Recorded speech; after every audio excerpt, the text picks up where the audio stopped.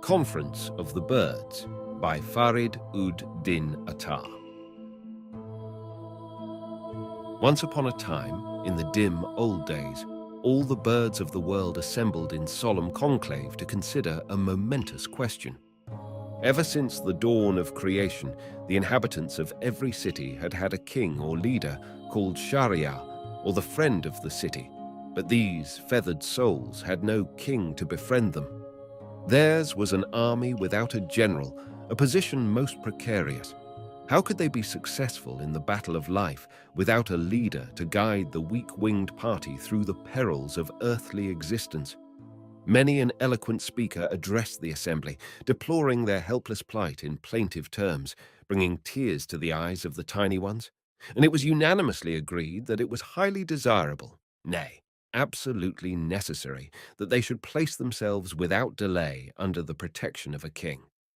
At this stage, full of fervour, leapt forward the hoopoe, Hudhud, renowned in the Muslim scriptures for the part she had played as King Solomon's trusted emissary to Bilqis, the Queen of Sheba. She had on her bosom the crest symbolizing her spiritual knowledge, and on her head shone the crown of faith. "Dear birds," she said, "I have the honor to belong to the celestial army. I know the Lord and the secrets of creation. When one carries, as I do, the name of God writ large upon its beak, one may be given the credit of knowing many a secret of the spiritual world." In the same vein of exaltation, she recounted her physical and mental qualities. She had the gift of divining underground sources of water and had directed the genii to them by pecking the earth. She had gone round the globe in the days of the deluge and had accompanied Solomon in his journey through dales and deserts. She was the forerunner of his army and his faithful messenger. "We have a king, my friends," said she. "I have obtained an indication of his court, but to go alone in quest of him is beyond my power. If, however, you accompany me, I think we may hope to reach the threshold of his majesty.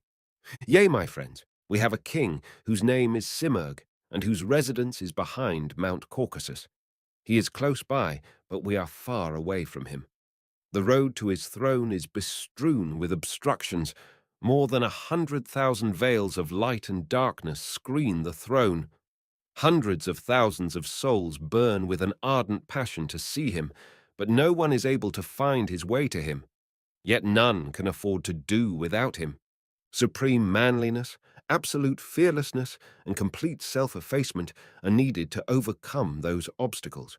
If we succeed in getting a glimpse of his face, it will be an achievement indeed.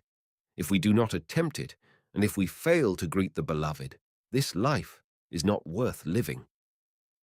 The hoopoe then described to her winged friends how the Simurg had first made his appearance on earth.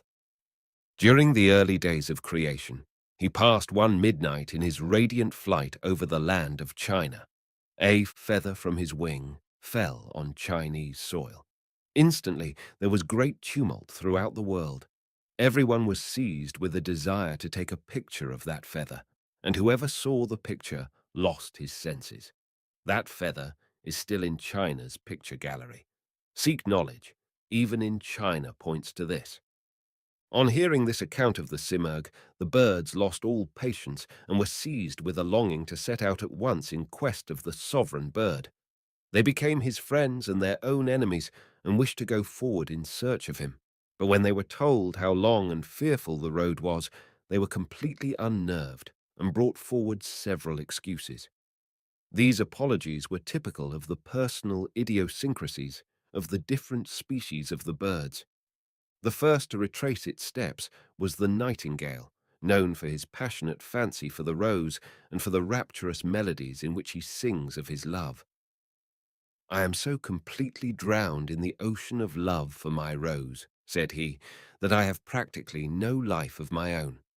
How can a tiny thing like me have the fortitude to withstand the splendor of the Simurg? For me, the love of the rose is enough." "Oh," cried the hoopoe, "ye who stop short at mere appearances, being enamored of external beauty only, talk no more of love. Your love for the rose has merely spread thorns in your way. Such a passion for transient objects brings naught save grief. Give up your fancy for the rose. It mocks you at every spring and blossoms not for your sake. Your attachment for it is like that of the dervish in the story I will relate to you. The Princess and the Dervish. A charming princess was the object of universal admiration. One day, an ill-starred dervish, mendicant, happened to pass by. He was so struck with her beauty that the piece of bread he was carrying in his hands slipped from his fingers. Greatly amused, the girl burst into laughter and walked off merrily. The dervish was, however, so much enamored of her smile, scornful though it was, that he could thenceforth think of nothing else but that smile. For 7 long years he refused to move from the precincts of her palace. The attendants and servants of the girl were so much annoyed with him that they resolved one day to take his life. The princess, however, did not wish that the unfortunate man should be injured in any way. She, therefore, whispered to him in secret that if he wished to save his life, he had better leave the place forthwith. "Have I a life that I should think of saving it?" asked the love-sick man. "On the very day on which you favored me with a smile, my life was sacrificed to you. But pray, tell me, why did you smile that day?" "Oh, you simpleton," replied the girl. "I laughed because I saw that you had not an iota of sense or reason."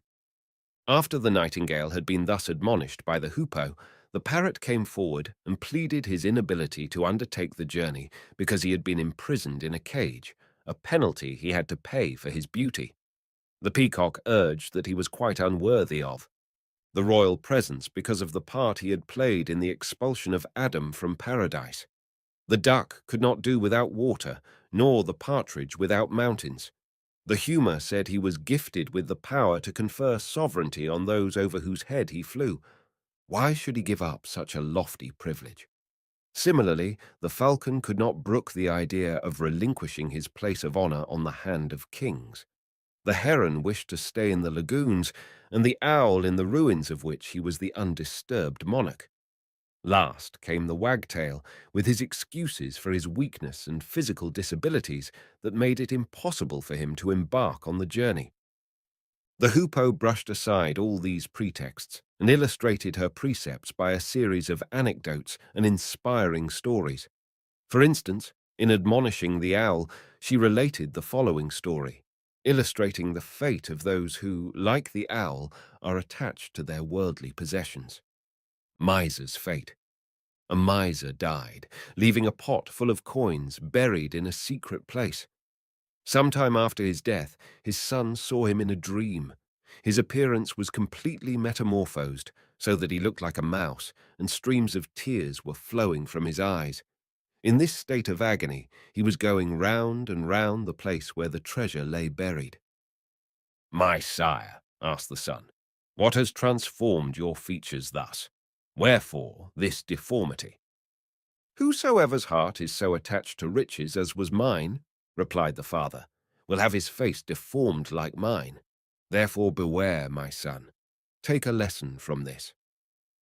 Sage counsel such as this had its effect. The hoopoe's words instilled courage and enthusiasm into the hearts of the birds, and they resolved to embark on the journey, perilous though it was. Before starting, however, they asked her to expound to them their relationship with His Majesty the Simurgh, a point that was by no means clear to them. "Know ye then," said the hoopoe, "that the Simurgh once removed the veil from his face, so that it shone resplendent like the sun, and cast millions of rays around. By his grace, these rays were turned into birds. We are therefore the sparks of the Simurgh. When you realize this mystery, your relationship with the Simurgh will be as clear to you as daylight. But beware, my friends, do not reveal this secret to others. It is not a matter to be divulged to all. Well, now that you have learnt whose reflection or shadow you are, you will understand that to live or to die is one and the same thing for you." This, however, was a metaphysical subtlety too difficult for the bewildered birds to comprehend. The hoopoe, therefore, gave an illustration. A handsome king. There was a king, handsome above all other men. His subjects' great desire was to behold his face. Those who merely thought of his beauty lost their senses, while those who succeeded in getting a glimpse of the royal presence forthwith gave up their lives. Thus, neither could they endure the sight, nor could they do without it. Out of compassion for them, the king arranged to show his face to them through a mirror so as to protect them from exposure to the overpowering rays of his beauty. A special palace was, therefore, erected for the purpose, and a mirror was placed in front of it in such a position that if the king turned his face in a particular direction, people were able to see its reflection in the mirror. If you, my friends, continued the hoopoe, desire to see the face of our beloved King Simurg, I will tell you where to look for it. In the mirror of your own heart, you will be able to see him. This again fired the hearts of the birds with the desire to greet the Simurg. They unanimously resolved to set out in quest of the great unknown. At the same time, they could not help doubting their capacity to withstand the perils of the journey. Seeing the perturbed state of their mind, the hoopoe said, "He who has become a lover should never think of his life. Your soul is an obstacle in your way. Sacrifice it. If you are required to sacrifice your faith also, together with your soul, do so by all means, and if anyone brands you as an infidel, tell him that love occupies a position more exalted than religion and has nothing to do with faith or heresy.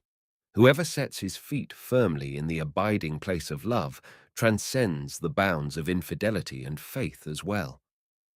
As an illustration of this rather astounding statement, the hoopoe related to the birds the following. Sheikh Sanan was a saint renowned in Mecca for his devotion and austerities and for his unique knowledge of Sufism. For 50 years he was the acknowledged leader of the learned men of Mecca and the distinguished preceptor of hundreds of disciples. Such was his personal purity, and such were his natural gifts for performing miracles that a single breath of his was sufficient to cure the worst of maladies. For several successive nights, this saint saw in a dream that he had gone from Mecca to Byzantium and was there prostrating himself before an idol. He thereupon told his disciples that he apprehended that a serious calamity was awaiting him, and that rather than remain in suspense, he proposed to proceed to Byzantium in order to obtain a clue to the interpretation of that dream. All his followers, 400 in number, accompanied him. When they reached their destination, they came to a palace, on the tower of which stood a Christian girl. She was endowed with celestial beauty and angelic qualities, and was well versed in spiritual knowledge. On seeing her face, the sheikh stood riveted to the ground and lost all that was his. His followers felt greatly embarrassed, but ventured to proffer their advice to their erstwhile teacher and leader, and even to remonstrate with him for this loss of self-control. Nothing, however, could restore the saint to his senses. They, therefore, did their best to induce him to return to Mecca, but the sheikh would not budge an inch. He made that street his residence, and mixing with the curs of the street, lived the life of a dog. Misery and illness reduced him to a skeleton, and his saintliness and splendor gave way to infidelity and infamy. The girl at last came to know of this tragedy. One day she went to the sheikh and asked, "O holy man, what is the reason for this restlessness and misery? What is the explanation for this strange phenomenon that a pious Muslim should take up his abode in the streets of infidels such as Christians are?" "You have stolen my heart," said the saint. "Either restore it to me or accept my love. This love is no mere fancy. Either separate my heart from my body or lower your head towards mine."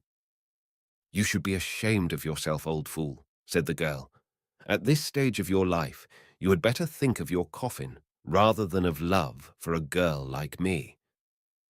"Abuse me as much as you may," replied the sheikh. "That will not affect in the least my attachment to you. Alike are old and young in the path of love. Its impress on the heart of all is the same." "If that is so," observed the girl, "and if your love is genuine, you must wash your hands clean of Islam.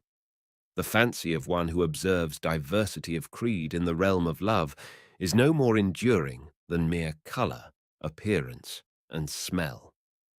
I am prepared to do whatever you desire and shall perform with all my heart whatever you dictate. Then, said the girl, do these things. Prostrate yourself before an idol, put the Quran in the fire, drink wine, and renounce Islam. The bewildered sheikh replied, I can go so far as to persuade myself to drink wine in honor of your beauty, but the other things I can never do. Very well, said the girl. Come and drink wine. To a temple they repaired, where the sheikh saw a novel assemblage of persons presided over by a fascinating hostess. Glowing with passion, he took goblet after goblet from the hand of his beloved and lost all sense and reason and attempted to take her in his arms. Not yet, said the girl. You are still a pretender in the path of love. If your attachment is real and firm, follow my ringlets in heresy and become a Christian. The drunken Sufi adopted Christianity. Now what more do you want? He asked. In my senses, I decline to prostrate before an idol, but in this intoxicated condition, I have become a worshipper of an idol such as you. You want to be one with me, replied the girl, but I am a princess. I must have a dowry befitting a princess. Where will you find so much gold and silver? Therefore, take my advice. Recover your senses, forget this passion, be a man, and have patience like a man. Mortally disappointed, the sheikh implored her not to be unkind. It was impossible for him at that stage to do without her. Well then, said the girl, watch my herd of pigs for a year, and I will forego the dowry. What a position for a Muslim saint, whose religion holds the pig to be the most unclean animal. Yet the infatuated man agreed at once. The sheikh's disciples returned to Mecca, greatly mortified by the conduct of the God-forsaken saint. They dared not show their faces in public. When they had left for Byzantium, the most devoted disciple of the sheikh was not in Mecca. He was not, therefore, able to accompany his colleagues, but when he heard from them of the condition to which the sheikh was reduced, he took them all to task for their inactivity and inconstancy. You should have all turned Christians and remained with the sheikh rather than have deserted him, said he. We were prepared to do even that, they replied, but the sheikh would not allow us to do so, and he bade us return home. In that case, observed the disciple, you should have knocked unceasingly at the door of the Almighty for his redemption. Thereupon, they all forthwith proceeded to Byzantium, retired to a sequestered place, and for 40 days and nights unceasingly offered prayers for the salvation of the holy man. During this interval, they touched neither food nor water, nor rested for a moment. On the dawn following the 40th night, when the faithful disciple was engaged in his morning prayers, he felt an exquisitely delightful breeze blowing in the direction in which he was standing. The veil before the world was lifted, and he saw His Holiness, the Prophet of Islam, approaching him. The disciple fell on his knees at once and said, Our sheikh has lost the way. We beseech you to show him the way. O man of supreme courage and lofty spirit, said the Prophet, let your soul abide in peace. Your leader has been set free from imprisonment. This achievement is due to your magnanimity and earnest efforts. A cloud of dust had arisen between the sheikh and the Lord Almighty. I have removed it. He is no longer groveling in darkness, but is now penitent and implores forgiveness for his sins. Rest assured, such is the virtue of penitence, that 100 worlds of sinfulness, standing as an impenetrable barrier between man and his Creator, disappear with a single breath of sincere repentance. On hearing this, the disciple was filled with delight. He raised a cry of joy and informed his colleagues of the glad tidings. They started immediately in search of the sheikh and found him engaged in prayer, radiant as fire and happy in his supplications. On beholding his disciples, he wept most bitterly, tore his garments into tatters, and covered his head with dust. His followers said, O sheikh, now is the time for thanksgiving, not for lamentation. The night of sorrow has passed. The morn of hope has dawned.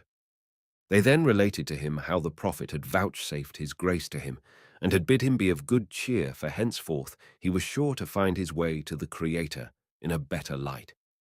The sheikh thereupon put on his kirka, Sufi garment, and returned to Mecca. The story, however, does not end there. The curtain now rises over a novel scene. It is now the turn of the girl to see a dream. She sees the vision of the sun dropping by her side. In miraculous tones, the sun thus spoke to her: "Go after the sheikh immediately. Adopt his faith, and be the dust of his feet. I, thou that polluteth him, be pure by his grace. He had not set foot in thy path intentionally and deliberately to win thy love, but thou must go to him with a set purpose. Thou didst mislead him and turn him from the right path. Therefore, be his companion now, and go his way. How long wilt thou remain in ignorance? Seek divine knowledge from him, and acquire proficiency in the philosophy of love through him." The girl awoke from this reverie, profoundly stirred. She commenced weeping and lamenting, and set out in search of the saint, not pausing for a moment to think who would point her the way out of the wilderness and give a clue to the whereabouts of the sheikh. In her grief and supplication to the Almighty, she cried, "O thou who knowest the truth, it is true that I made thy devotee lose the path, but I was ignorant. Punish me not for my folly. Forgive me for all that happened for me and through me." About the same time, the Siach had a message from the unseen world that the girl had abandoned Christianity, and that she should be admitted to the faith of Islam. "Turn back, therefore, and go once more in search of that idol of yours. Be one with her in thought and knowledge." The sheikh proceeded forthwith in quest of the girl, and once more there was great consternation in the camp of his disciples. "O sheikh," they expostulated, "is this the end of all your penitence and mortification? Whence again this infatuation?" The sheikh, however, explained to them what had happened, and they all set out in search of the girl. They found her lying on the ground, bareheaded, barefooted, wrapped in tatters, and quite insensible. They managed to restore her to her senses, but on seeing the sheikh, she fell into a swoon. When she recovered her senses, she implored him to initiate her into the faith of Islam. The sheikh chanted the words of the Quran in her ears. She became restless after this conversion, and she felt that the moment of bidding farewell to this world of trial and humiliations had arrived. "Forgive me, O sheikh," she muttered, and with those words the sun of her existence concealed itself behind the cloud of non-existence. She was a drop of the ocean of truth, and was merged in the ocean again. After the death of the girl, the sheikh told his pupils that it was impossible for him to live any longer, and he also breathed his last the same day. He was buried by the side of the girl's grave, and from it there sprang up a fountain of pure, transparent water. It keeps the spot green with verdure throughout the year, and is therefore a place of pilgrimage for people coming from the four corners of the world. When the birds heard this love story from the lips of the hoopoe, the flame of their love for the simurgh was rekindled in their hearts 1,000-fold. They now cared not for their lives, and resolved to set out in search of the beloved. They had, however, no leader, and a leader was indispensable for such a difficult journey. It was, therefore, decided to determine by lot who should be their guide. Fortunately for them, the honor fell to the lot of the worthiest of them all, and that was the hoopoe. All of them took an oath of allegiance to her, and they placed a crown upon her head. Part 2. On to the City of God. The march now commenced. The road was, however, so fearful that after they had proceeded a short distance, every one of them began to tremble. They, therefore, halted at a convenient spot. They had serious misgivings as to the result of their adventure, and they felt that unless their doubts and difficulties were overcome, it would be impossible to proceed further. They, therefore, requested the hoopoe to sit on a throne and answer the questions they wished to put to her. The hoopoe accordingly took her seat on the royal throne. A bird then came forward and said to the hoopoe, "You are just like ourselves, and we are just like you. Nevertheless, you are far ahead of us in the path of the truth. Why this difference?" "This blessing is due to the fact that I had a glance from Solomon for a moment," said she. "This position has not been attained by mere devotion and service, or by spending silver and gold. All this good fortune is the result of a favorable glance. You should also spend your life in devotion and await the grace of Solomon. As soon as that grace is vouchsafed to you, you will rise higher than any stage that I can describe to you."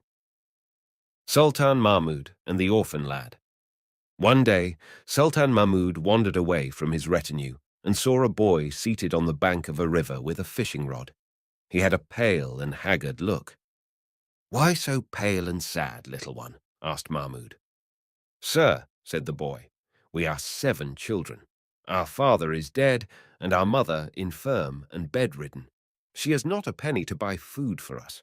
During the day I try to catch fish, and that forms our meal in the evening." The king asked for the rod, and offered to give half the spoil to him. The boy consented. Princely fortune now favored the orphan.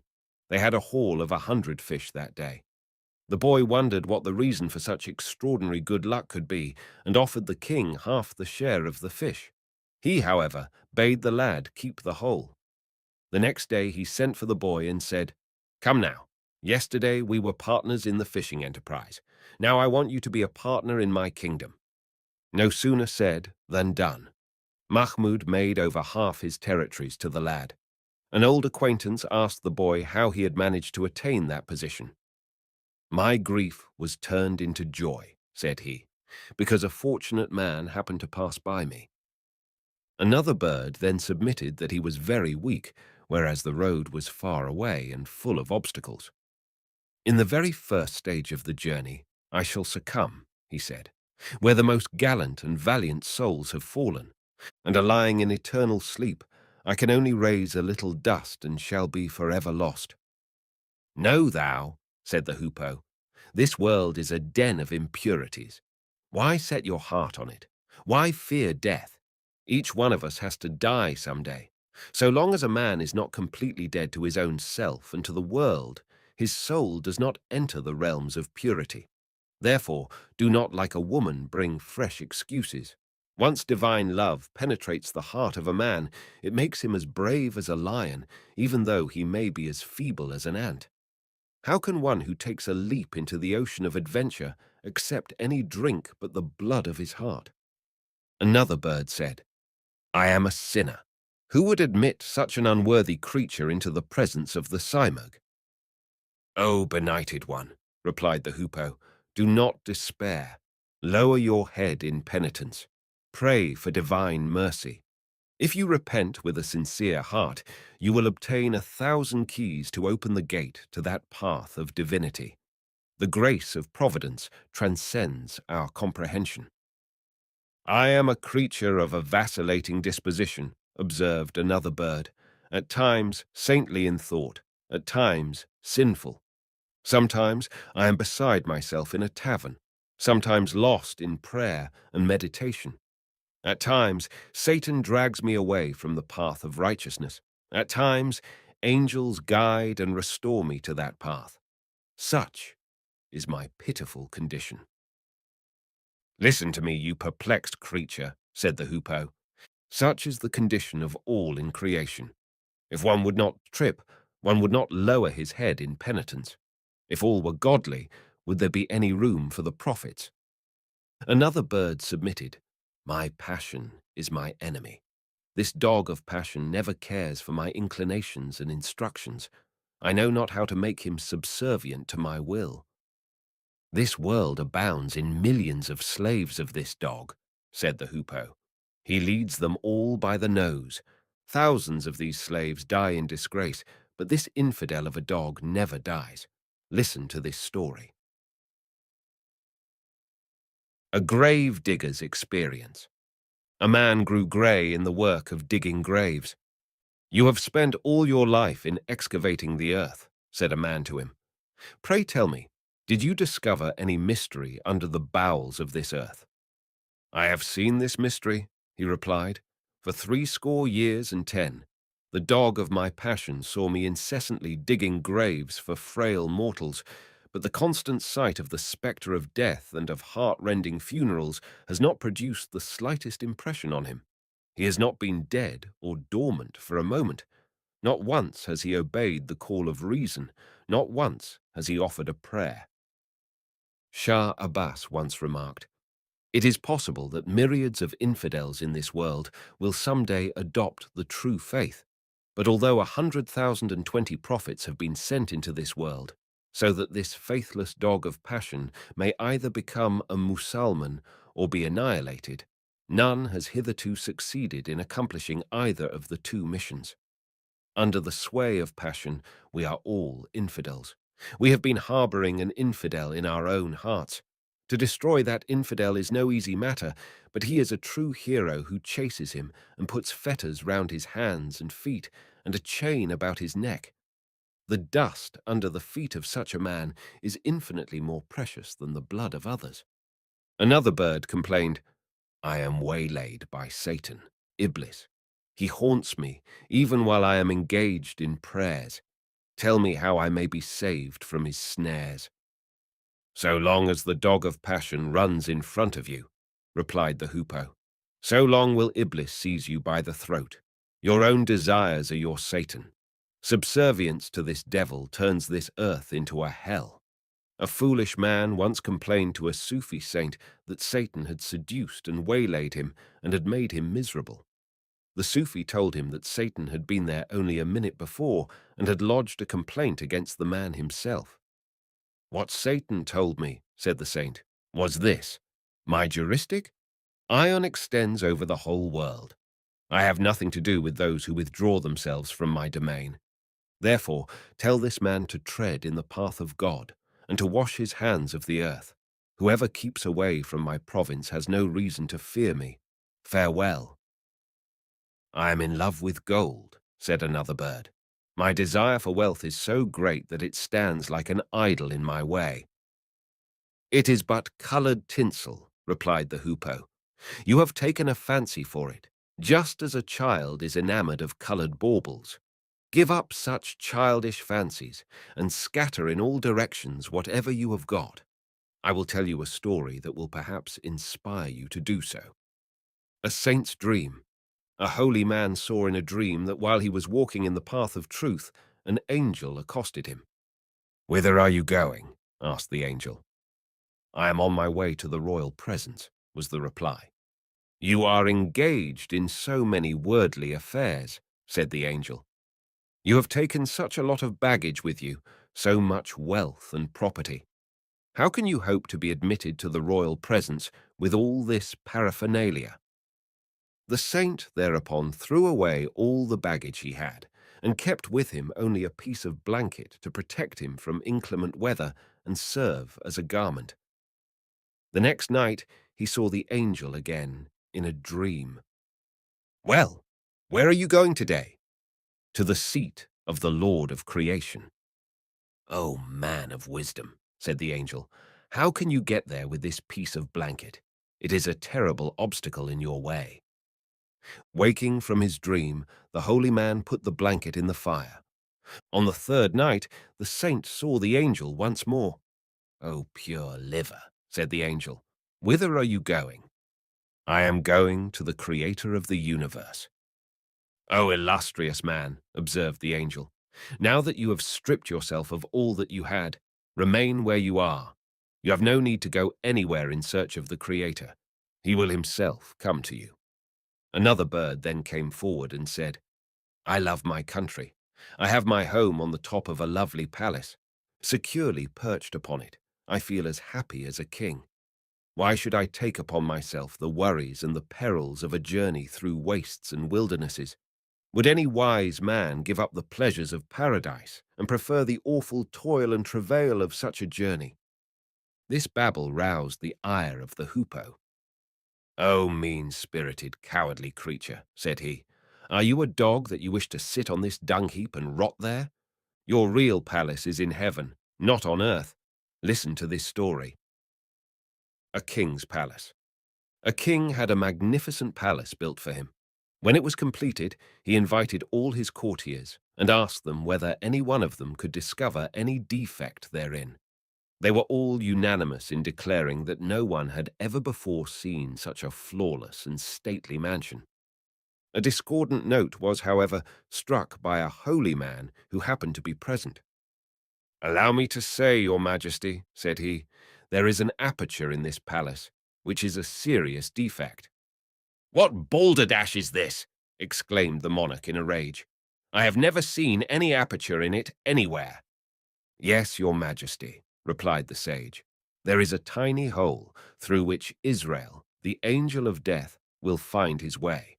If you can manage to fill it up, do so. If not, of what use are your palace and your crown and your throne? The mansion now appears to be as beautiful and lovely as paradise itself, but when the angel of death knocks at the door, it will be as dreadful and loathsome as hell." A love-sick bird then came forward. "My love for my beloved is so strong," said he, "that I cannot live for a moment without seeing her face." "This is a mere fancy," said the hoopoe. "It is not real love, born of marifat or divine knowledge. Cure thy heart of such a morbid desire for appearances." Another bird represented that he was terribly afraid of death. "I apprehend," said the bird, "that I shall die of fear during the very first stage of the journey." The hoopoe replied, "We are all foredoomed to death. Although you may be enjoying sovereignty all your life, you will have to depart one day. Therefore, renounce the world and prepare for the journey to the realm of non-existence. Do not spoil the chances of eternal life for the sake of this mean world." "Not one of my desires has ever been fulfilled," was the plaint of another bird. "I am, therefore, utterly depressed and heartsick. I do not think I can undertake this journey." "Gratification and disappointment of desires pertaining to the transient objects of this world are alike illusory," replied the hoopoe. "He cannot be said to be alive whose heart is attached to transient things. You have therefore no heart, my friend." Another bird said, "O light of our eyes, I am ready to carry out the behests of the Lord. Whether he accepts my humble services or not, I am prepared to proffer them to him." "Well said," replied the hoopoe. "There can be no better virtue than this. How can you take your soul to him if you carry with you your soul, consciousness of self? You will be able to take your soul to him only if you carry out his behests with your soul, surrendering it absolutely to his will. Remember," continued the sage mentor, "such devotion and self-sacrifice are very noble, but there should be no trace of irreverence or want of decorum in such service. I will illustrate what I mean by a story. One day, a king presented a robe of honor to one of his attendants. The fool wiped his face, which had been covered with dust, with the sleeve of his robe. A man happened to witness this vulgarity and reported the matter to the king. The attendant was at once beheaded. "Explain to me, please, the mysteries of negation and self-annihilation," said another bird. "I hold it unlawful for me to be absorbed in self. Whatever I touch stings me like a scorpion. I have therefore renounced all things, and it is my earnest prayer that I may be able to have a glimpse of the royal presence." "It is not given to all," said the hoopoe, "to tread this path. The only provisions for the journey in the path of truth are total renunciation and self-annihilation. Consume to ashes whatsoever thou hast." A father's love. An old man in Turkestan had two most beloved objects, his swift-footed horse and his son. "I hold nothing dearer than these two," said the old man. "But if anyone informs me that my son is dead, I would present to that person my favorite horse as a thanksgiving for the good news. Because, my friend, I see that these two objects are like two idols in my way." "Indeed," continued the hoopoe, "I can think of no better fortune for a valiant man than this, that he loses himself from himself." "O master of foresight," said another bird in great exultation, "although I am frail in body, I carry with me loftiness of spirit in the path of truth. Although I cannot boast of much devotion, I can lay claim to more than a little magnanimity. Valor alone is the key to the gates of difficulties, observed the hoopoe. Whoever possesses a particle of magnanimity eclipses the sun with that small atom. The key to the sovereignty of the world is magnanimity. The wing and feather of the bird of the world is magnanimity. Men of valor cheerfully surrender their soul and body. For years, they undergo burning and boiling. The bird of their magnanimity, therefore, approaches the royal presence. It passes beyond the region of this world as well as that of faith. If you are not a man of such spirit, move on, since you do not belong to the race of the magnanimous. Sheikh Ahmed Guri and Sultan Sanjar. Sheikh Ahmed Guri was renowned for his gallantry and intrepidity. One day he sought shelter under a bridge with his followers. By chance, Sultan Sanjar happened to pass by the bridge. "What crowd is there under the bridge?" he asked. "We are without head or foot," said the saint. "If you regard us as your friends, soon shall we strip you of your sovereignty. If, on the other hand, you are our enemy and not our friend, we shall instantly denounce you as an infidel. Think well of our friendship and our enmity. Set your feet in the realm of either and see yourself disgraced." Sanjar said, "I am not your man. I am neither your friend nor your enemy. I am going away at once so that my harvest may not be burnt." The hoopoe sums up the discourse by adding, "Whoever enters the path with a valiant spirit will command respect like a prince, even though he may be a pauper." Another bird inquired, "What is the value of justice and fidelity in the supreme court of the Simurgh? By the grace of God, I am treading in the path of justice, and I have never been faithless to anyone." "The queen of all virtues is justice," said the hoopoe. "You will obtain a much richer reward if you act with justice than if you devote your whole life to prayer and prostration. There is, moreover, no deed more valiant than an act of justice." A faithful infidel and a deceitful crusader. There was a hand-to-hand fight between a Mohammedan crusader and a high-minded idolater. The Mohammedan asked for a little respite in order to perform his devotions. After the prayer was over, the fight was renewed. It was then time for the infidel to offer his prayers. There was another interval in the hostilities. The infidel, who was more righteous than the crusader, selected a quiet corner, took out his idol, and prostrated himself before it. When his adversary saw the face of this idol worshipper laid on the earth, he said to himself, "This is my opportunity."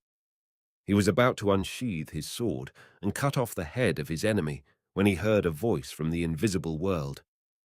"O treacherous man, faithless from head to foot, how beautifully do you keep your faith and carry out your promise.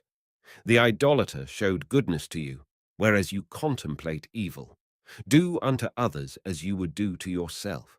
From the infidel proceeded fidelity to you. Where is your fidelity, if you are really faithful? O Musulman, you have shown yourself to be a non-Musulman. In the path of faith, you have lagged behind an infidel." These words moved the crusader to tears. "Why do you weep?" asked his antagonist. "For your sake I am condemned as an infidel," said the soldier. The idolater raised a cry when he heard what had happened, and he began to shed tears. Deeply impressed with the sublimity of Islam, he embraced that religion and burnt his idol. The moral is that a man may think that his perfidiousness is hidden from human eyes, but the vault of heaven will expose all his wicked thoughts and deeds, one after another, and dumbfound the sinner. The magic cup of Joseph. When there was famine in Canaan, the brothers of Joseph went to Egypt in the hope of getting some grain from the governor of the place. Joseph was the governor, and he knew them, but they knew him not. They related to him the story of their misery and prayed for relief. Joseph's face was hidden under a veil, and in front of him there was a wonderful cup. He struck his hand on the cup, which gave out a mournful tune. "Can you make out what the cup says?" Joseph asked his brothers. "O knower of secrets," they replied, None of us knows what the cup proclaims. I know what it says, said Joseph. It says that you had a brother, handsome beyond description. His name was Joseph, and he surpassed you in virtue. He then struck his fingers on the cup again and said, The cup says further that you threw him in a pit. You soaked his shirt in the blood of an animal to lend colour to your story that he had been devoured by a wolf. You thus drowned the heart of his bereaved father in blood. Once more he put his hand on the cup and said, The cup adds that you consumed the heart of your father and sold your brother. O faithless men, who would display such conduct towards a brother? Shame on you, infidels! By throwing Joseph in a pit, you all placed yourselves in a ditch of woes. The wicked brothers were thunderstruck. Tears came into their eyes. A boastful bird said, I have renounced everything. I am therefore worthy of his love so long as I am alive.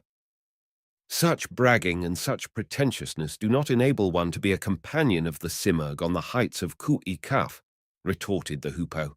Do not for a moment boast of your love for him. What are you? What can you yourself achieve?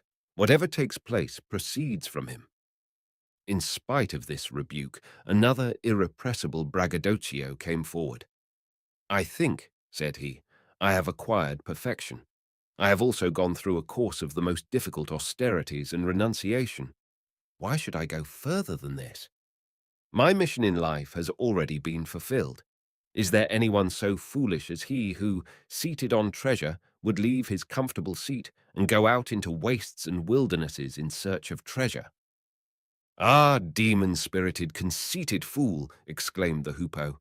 You have become totally drowned in egotism. The devil has entered your head. All your perfection and virtues are mere figments of your imagination. As long as you are haunted by such devilish ideas, you will remain far away from the truth. Listen to this story. The advice of Satan. One day, God Almighty asked Moses to learn some secret from Iblis, Satan. Moses went to Iblis and requested him to teach him a secret. Remember this one lesson, said Iblis. Never say I, otherwise you will find yourself in the same condition as I am. Another bird asked, What shall we do to keep ourselves cheerful during the journey? Be cheerful, replied the hoopoe, with the thought of the existence of the Simurg. He whose heart is set on the Lord never dies. How can the angel of death venture to approach him? What shall we ask of the Simurg when we meet him? Asked another bird. This silly question roused the indignation of the hoopoe. O ignoramus, why should you ask anything of him? Ask for him, and him alone. Listen to this story. Sultan Mahmud and Ayaz.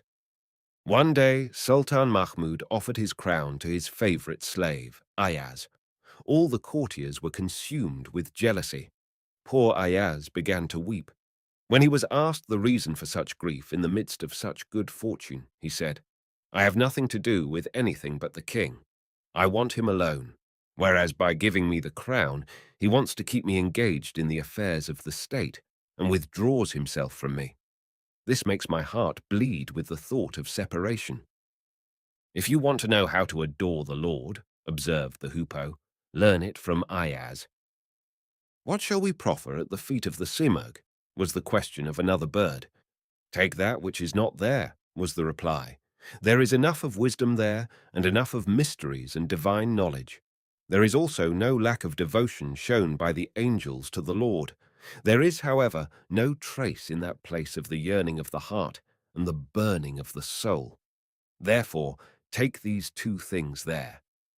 O wise guide of ours, cried a bird, in this wilderness our eyes have grown dim owing to the hardships of the journey. Pray tell us, how many miles still remain to be traversed? We have to cross 7 valleys covered with forests, replied the hoopoe. After the 7th valley will be discovered the seat of the Simurg. No one can say how many miles it is from this place, because no one who has gone there has ever returned. All those who have entered this road have gone astray forever. How can you, then, expect anyone to give you any information of the path? These are the 7 valleys. The first is the Valley of the Quest. the second of love, the third of knowledge, the fourth of independence and detachment, the fifth of unity, the sixth of bewilderment and stupefaction, the seventh of poverty and annihilation. Part 3. Through the 7 valleys, the valley of the quest. As soon as you set your foot in the first valley, that of the search, thousands of difficulties will assail you unceasingly at every stage. Every moment you will have to go through 100 tests. The parrot of the sky is only a fly in that place. You will have to remain for several years in the valley and advance with great patience and perseverance. You will have to perform arduous tasks to purify your nature. You will have to give up your riches and renounce all that you have. When you have attained the certitude that you no longer possess anything, you will still have to detach your heart from all that exists. When your heart is thus rescued from perdition, you will witness the serene light of His divine majesty, and when it dawns upon your spiritual desires will be multiplied 1,000-fold. On the path of the spiritual traveler, there ought to be such a fire of desires that countless new veils will then appear, each one more difficult to cross than the rest. Drawn by the ardor of love, the enthusiastic pilgrim will plunge into these valleys like a madman, precipitating himself like a moth into the midst of the flame. Impelled by his zeal, he will give himself up to the quest symbolized by this valley. He will ask the eternal cupbearer to give him a draught of the wine. After he has taken a few drops of this wine, he will forget both the worlds. Straight will he be submerged in the ocean of immensity. His lips will nevertheless be dry with the desire of the quest, and of no one else but his own heart can he demand the secret of eternal beauty.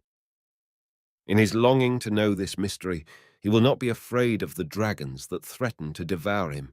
If, at any moment, faith and infidelity should be held out to him for a choice, he would seize with alacrity either the one or the other, provided it would show him the path leading to his longed-for goal. Once the gate is opened, what is faith and what is infidelity to him? On the other side of the gate, there is neither the one nor the other. Ajnan's Search of Layla. One day, Majnun was sifting earth in the middle of a road. A pious man said to him, "O Majnun, what are you seeking here?" "I seek Layla," replied Majnun. "How can you find Layla here?" said the other. "Could a pearl so pure be found in such rubbish?" "Well," said Majnun, "I seek her everywhere, so that one day I may find her somewhere." Mahmud and the Rag Picker. One evening, Sultan Mahmud saw a poor man sifting dust in search of some trinkets. Mahmud thereupon threw his diamond wristlet in the heap of dust that the man had collected. Next evening, he went to the same place and saw the same man engaged in the same occupation. "What you obtained yesterday," said the king, who was greatly astonished at the cupidity of the man, "was enough for your maintenance for 10 lives, and yet you are groveling in the dust today. Go and enjoy yourself." "The hidden treasure that I found yesterday," replied the man, "was received from this dust. When fortune smiled on me for knocking at this door, it behoves me that I should devote myself to this work as long as I live." The Valley of Love. After the first valley comes the Valley of Love. Whoever sets foot in it is plunged in fire. Ah, what am I saying? One must oneself be made of fire, otherwise one cannot exist there. The lover, true and sincere, ought, in fact, to be as glowing as fire. His countenance must be radiant with fire, and he must be as ardent and impetuous as a flame of fire. He must not for a moment think of consequences. He must be ready and willing to fling 100 worlds into the fire, knowing neither faith nor infidelity, neither doubt nor belief. In this road, there is no difference between good and evil.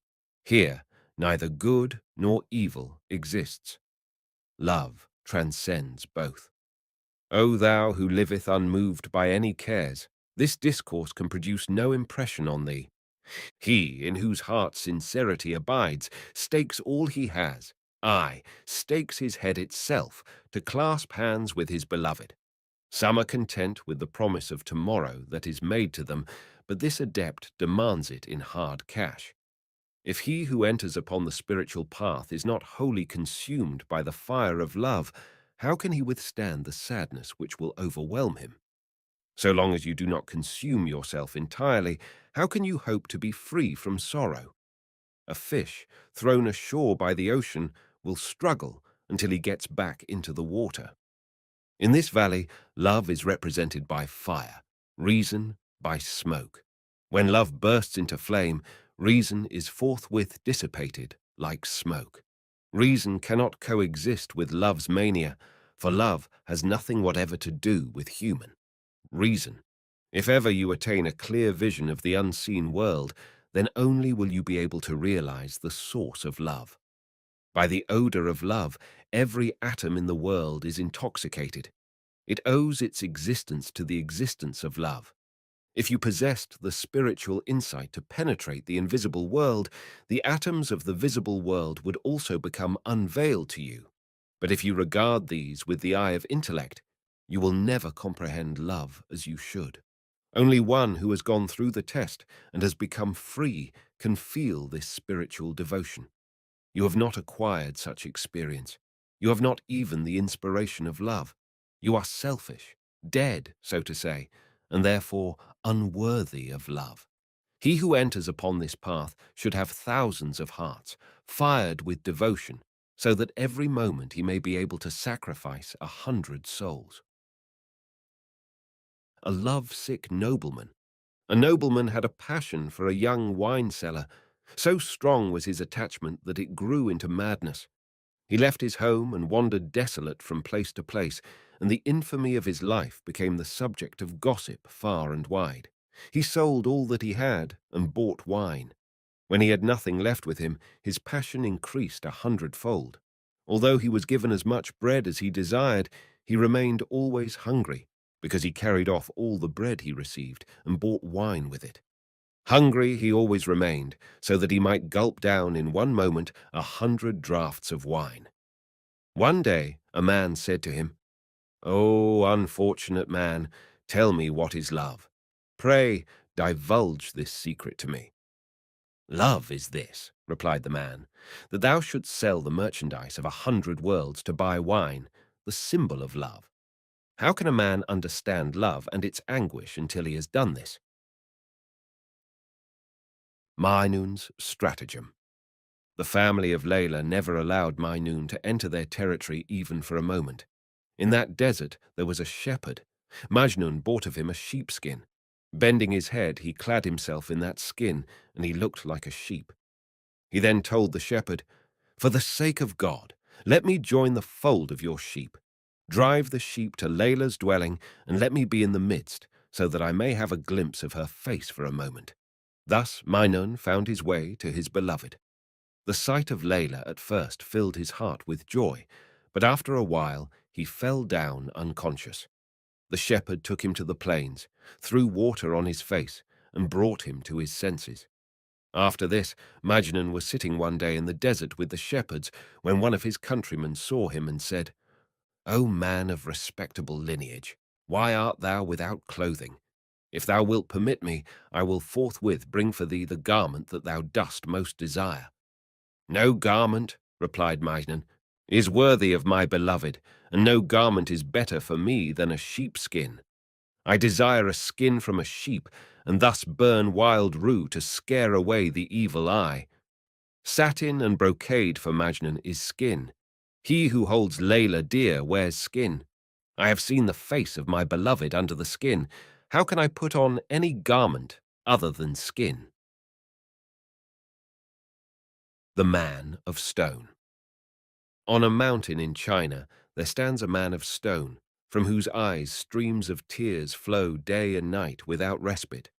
If only a drop of those tears were to become vapor and mix with the clouds, till doomsday you would have no rain on this earth except the rain of sorrow. This man of stone is, in reality, knowledge or divine wisdom. If you have to go as far as China to find it, go there and look for it. In the hands of indifferent persons, knowledge has become as hard to handle as stone. How long will it be misunderstood? This inn of toil, this earth, is altogether enveloped in darkness, but knowledge shines in it like a lantern to show the road. Indeed, the guide of your soul in this darkness is this soul-kindling gem of knowledge. In these dark regions, which have neither a beginning nor an end, you have remained, like Alexander, without a guide. Even if you have collected these precious stones in large numbers, you will regret that you did not collect more. If, on the other hand, you do not avail yourself of the opportunity to gather these precious gems, you shall be still more penitent. Whether you possess this gem or do not possess it, I shall find you always a prey to grief. The visible and the invisible world are lost in the soul. The soul is hidden from and lost in the body, and the body from the soul. When you come out of this maze, you will find the proper place for a man. If you will reach this particular place, you will acquire in a single moment the knowledge of hundreds of mysteries. But woe to you if you lag behind in this road. You will lose yourself totally in the path of grief. Do not sleep in the night, and do not eat anything during the day. Then perhaps the desire for this quest will be kindled in you. Seek until you lose yourself in the search, and you lose even the idea of the search. The beloved who found her lover in the arms of Morpheus. A lover oppressed by the anguish of love was sleeping on the earth. His beloved happened to pass by and saw him unconscious. She wrote a letter to him in such terms as he deserved and tied it to the sleeve of his garment. When the lover awoke and read the letter, his heart shed tears of blood. This was the message. O man of sloth, arise. If you're a merchant, seek silver and gold. If you're a devotee, then be alive and awake, and offer prayers throughout the night till the dawn, and behave like a faithful servant. If perchance you are a lover, then be ashamed of yourself. What business has sleep with the eyes of a lover? A true lover measures the wind during the day, and counts the stars and measures the moon during the night. Since you are neither this nor that, O undeserving man, do not boast of your love for me. If a lover sleeps anywhere except in his coffin, I regard him as a lover only of himself. When you have entered the path of love out of ignorance, sleep becomes you, O worthless man. A love-sick sentinel. A watchman was afflicted with love. Day and night he was restless and sleepless. A friend advised him to sleep a while. The function of love has been added to the office of the watchman, he answered. How can a man sleep who is charged with these two missions? How can sleep become a watchman, especially one who is a lover? How can I sleep even for a moment? Sleep is not a thing that can be borrowed from another. Every night love sits sentinel on the sentinel and tests his fidelity. For a watchman there is no sleep. For a lover's face there is no water but the water of his eyes. Sleeplessness is the badge of a sentry. Dishonor is the mark of a lover. When from the place of sleep, the eyes, water flows ceaselessly, how can sleep find its way there? Slumber not, O man, if you are a seeker of truth and a man of deeds. Sleep is good for you, only if you are a man of words. Keep watch in the lane of thy heart, because there are countless thieves in this neighborhood. Guard the evil of thy heart from these brigands. When you acquire the art of guarding this precious gem, you will soon be blessed with divine love and wisdom. In this ocean of blood, divine knowledge will undoubtedly be attained by man through watchfulness. He who suffers the most from sleeplessness carries a wakeful heart when he reaches the divine presence. Sultan Mahmud and the Fanatic. One day, Sultan Mahmud found himself in a desert where he saw a religious fanatic who had lost his heart. His head was bowed with grief, and his back bent under the weight of the awful burden of his sorrow. "Away with thee," said the man, when he saw the king, "or I will give thee 100 blows. Away, I tell thee. Thou art not a king, but a man of wicked feelings. Thou art faithless towards the Creator." "Call me not unfaithful," begged Mahmud.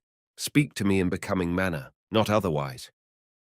Didst thou but know, thou ignorant creature, replied the fanatic, whence thou hast fallen into this bog of the senses through thy estrangement from God, the ashes and the earth would not suffice for thee, and thou wouldst throw fire unceasingly and unsparingly on thy head. The Valley of Detachment. Next comes the valley, where there is neither the ambition to possess anything, nor the spiritual desire to fathom divine mysteries. Complete detachment from the world, which in this place is not worth a straw, is the essence of this stage of the journey. In this state of competency of the soul, there arises a cold wind so violent and fierce that it devastates a continent in one moment. The seven oceans are reduced to a mere pool of water, the seven planets appear to be but a mere spark, the seven heavens but a corpse, the seven hills but frozen snow. Then behold the wonder which reason cannot comprehend. The ant gains the strength of 100 elephants, while 100 caravans perish in the twinkling of an eye. In order that Adam might receive the celestial light, millions of angels clad in green were consumed with sorrow. In order that the most holy Noah might become a carpenter of God for making the ark, thousands of creatures were deprived of their life. Thousands of gnats fell upon the army of Nimrod in order that Abraham might be triumphant. Thousands of children were destroyed in order that Moses might see the Lord. Thousands of people were put under the yoke of Christianity so that Christ might become the confidential possessor of the secrets of God. Millions of souls and hearts were pillaged so that Muhammad might ascend one night to heaven. In this valley, neither new nor old has any value. You are free to act or not to act. Although you see here a whole world on fire, ablaze to its very core, I know that it is no more than a dream. Should myriads of souls be drowned ceaselessly in the boundless deep, it would be like a tiny dewdrop falling into the sea. Were millions of individuals to fall victims to eternal sleep, it would be like an atom disappearing with the shadow in the sun. Should heaven and earth be split up into minute atoms, take it that a leaf has fallen from a tree. If everything from the fish to the moon were plunged into annihilation, take it that the leg of an ant has been maimed in the bottom of a well. Even though all of a sudden the two worlds were to be obliterated, it would be like the loss of a single grain of sand. If there remained no trace of men or spirits, put up with it as though it were no more than the loss of a raindrop. Were all forms to vanish from the earth, were not even a single hair of a living being to survive, what is there to fear? In short, if the part as well as the whole were totally obliterated, it would be equivalent to a mere straw disappearing from the face of the earth. Even though the 9 cupolas of the universe were to fall down and disappear in one and the same place, it would be like a drop of water falling in the 7 seas. An analogy from astrology. You must have seen a learned astrologer placing before him a tablet covered with sand. He draws on it figures and pictures and shows on it the position of the stars and the planets, the heaven as well as the earth. Sometimes he presages from the position of the heavenly bodies, and sometimes from the position of the earth. He traces also on this tablet the constellations and the signs of the zodiac, the rising and the setting of the stars, deduces from them good and bad omens, and draws the house of birth or of death. When in consonance with these signs, he has prepared the horoscope showing good or ill luck. He sets aside the tablet and scatters the sand. No trace remains of all those drawings and pictures. The surface of the earth is similar to this tablet. If you do not possess the strength to resist the temptations of this world, go, turn away from it, and sit in a corner. If you have not got the necessary vigor to endure the hardships of this road, were you all stone, you would not weigh one straw. The fly and the beehive. A fly was in search of food. She saw a beehive in the corner. Intoxicated with the desire for the honey, she cried, "Is there a generous man who would take from me a grain of barley and place me in the midst of the beehive? When the tree of union will thus bear fruit, will there be anything sweeter than honey?" A passer-by took pity on her and placed her in the midst of the honey without taking the price for it. When the fly found itself in the midst of the beehive, her feet stuck tight in the honey. The more she fretted and struggled to set herself free, the firmer became her fetters. She cried in distress, "Alas, I am killed by violence. For me this honey has proved more bitter than poison. I offered 1 grain of barley to get it. I now offer 10 grains for deliverance from this misery." "None should remain inactive in this valley for a moment," continued the hoopoe. "Let none enter it who has not come of age. It is a long time since you have been living a life of ease and ignorance, O my friend. Your life has been brought to an end without serving any useful purpose. Where is another life in which to acquire knowledge? Arise then, cut through this arduous valley, and then cut yourself free from your soul and your heart. As long as you do not renounce the one or the other, you will be distracted more and more every moment. Sacrifice your soul and your heart in this road. If not, they will turn you away from the path of independence." Too hard a mystery was this to comprehend. The hoopoe, therefore, concluded his discourse with this anecdote. A disciple requested his master to favor him with a word of wisdom. "Leave me in peace," said the teacher. "I will tell you nothing until you wash your face. Of what use the scent of the musk in the midst of filth? Of what avail words of wisdom to the drunken?" The Valley of Unity. After the Valley of Detachment comes the Valley of Unity, the region in which everything is renounced and everything unified, where there is no distinction in number and quality. All who raise their heads in this wilderness draw it from the same collar. Whether you see many individuals in it or a small number, in reality they are but one. As all this group of individuals merely compose only one, this group is complete in its oneness. That which appears to be a unit is not different from that which appears to be a quantity. As the being of whom I speak is beyond unity and reckoning, withdraw your eyes from death and eternity. There is no place here for death, none for eternity. These two extremities having vanished, cease to speak of them. In fact, as all that is visible is nothing and nothing everything, how can all that we behold be anything but worthless in its origin and unworthy of our attention? A man asked a Sufi one day to give him some indication of what this world is. "This world full of honor and infamy," said he, "resembles a honeycomb on which are imprinted 100 colors. If anyone squeezes it in his hands, it will become a mere mass of wax.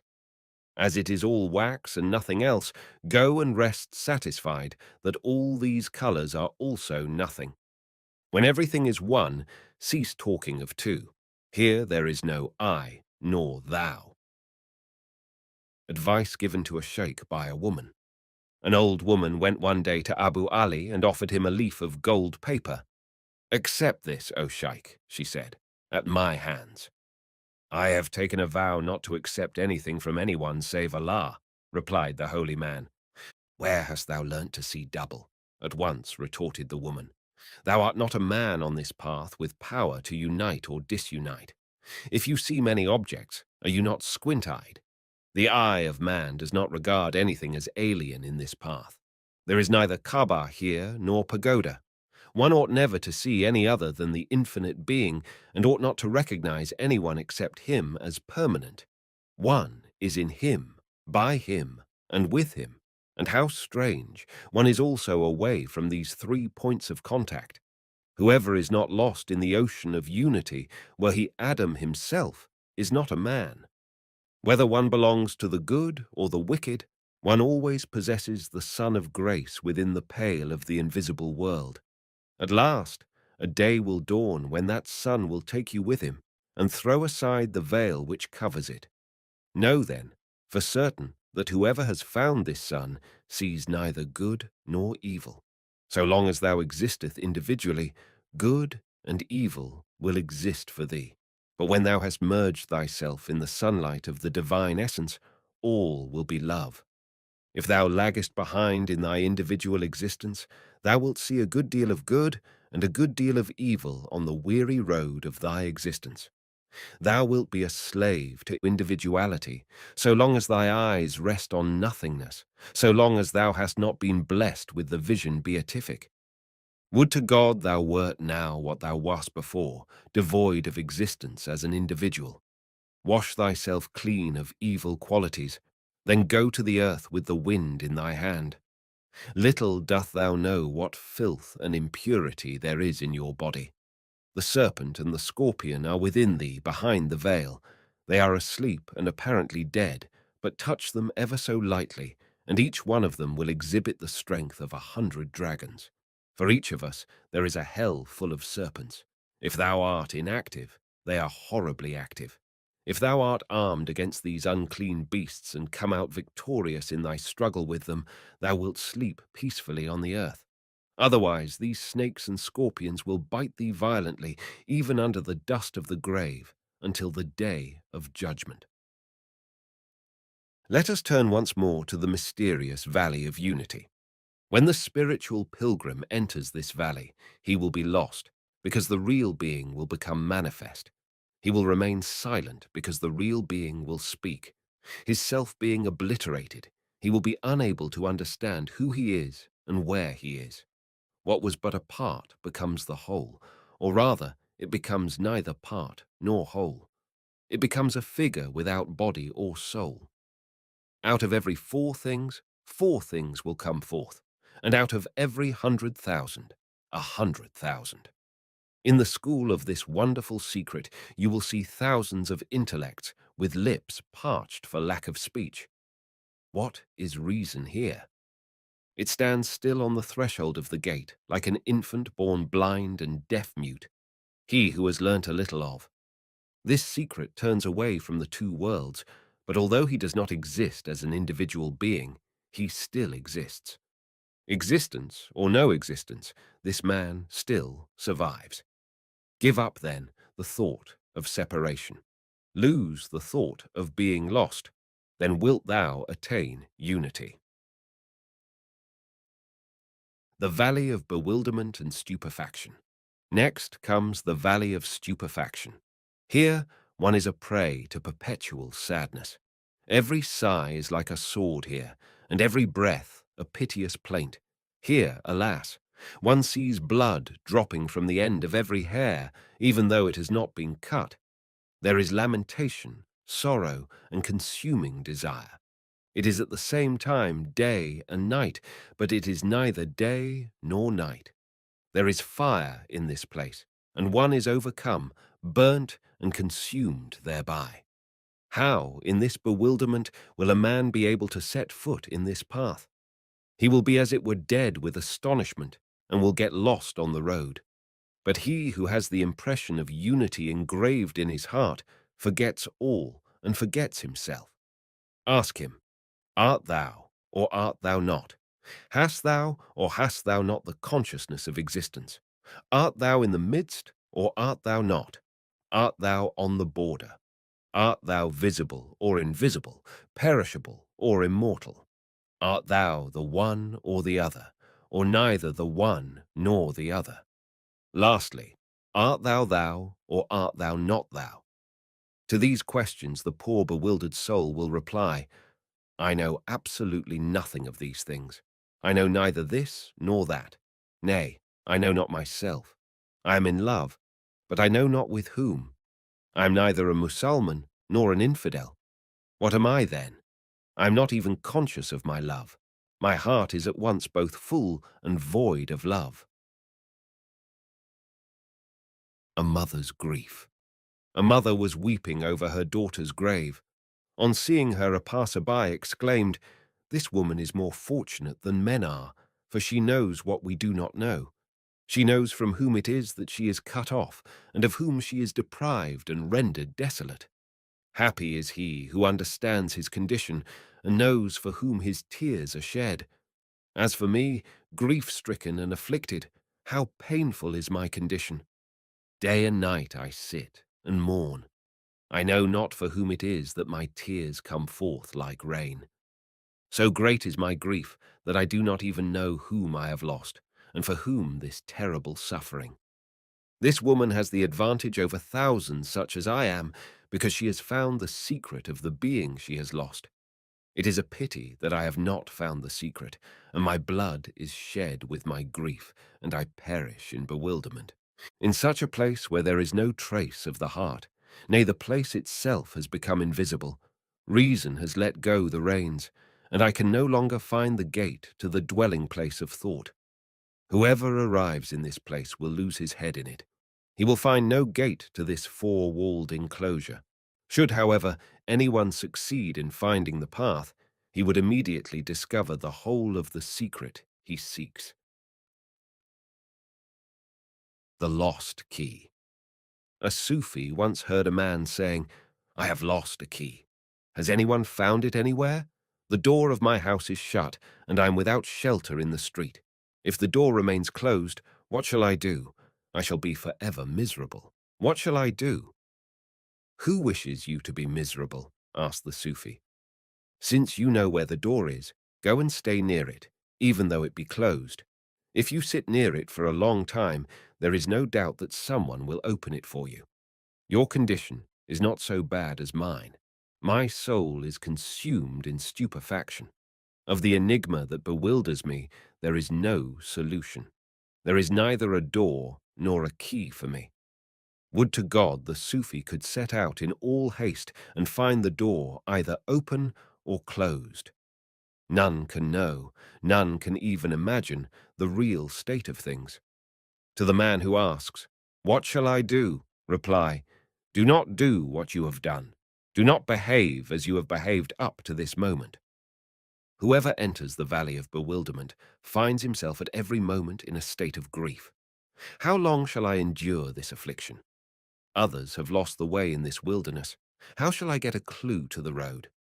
I do not know it, but would to God I knew it. Aye, if I knew it, I should be in a state of stupefaction. Here, the cause for a man's complaint is the source of thanksgiving. Infidelity has become faith, and faith, infidelity. The valley of poverty and annihilation. Last comes the valley of poverty and annihilation. How can one describe this steepest of steep valleys? The essential features of this valley are forgetfulness, dumbness, deafness, and distraction. Here, under a single ray of the spiritual sun, you see countless shadows that surrounded you vanish. When the ocean of immensity begins to ruffle its waves, how can the shapes traced upon its surface endure?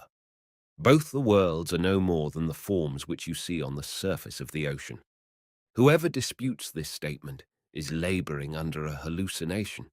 He whose heart is lost in this ocean is lost forever, and reposes there in peace. In these quiet waters he finds nothing but oblivion. If it be ever permitted to him to return from this oblivion, he will understand what is creation, and many a secret will then be divulged to him.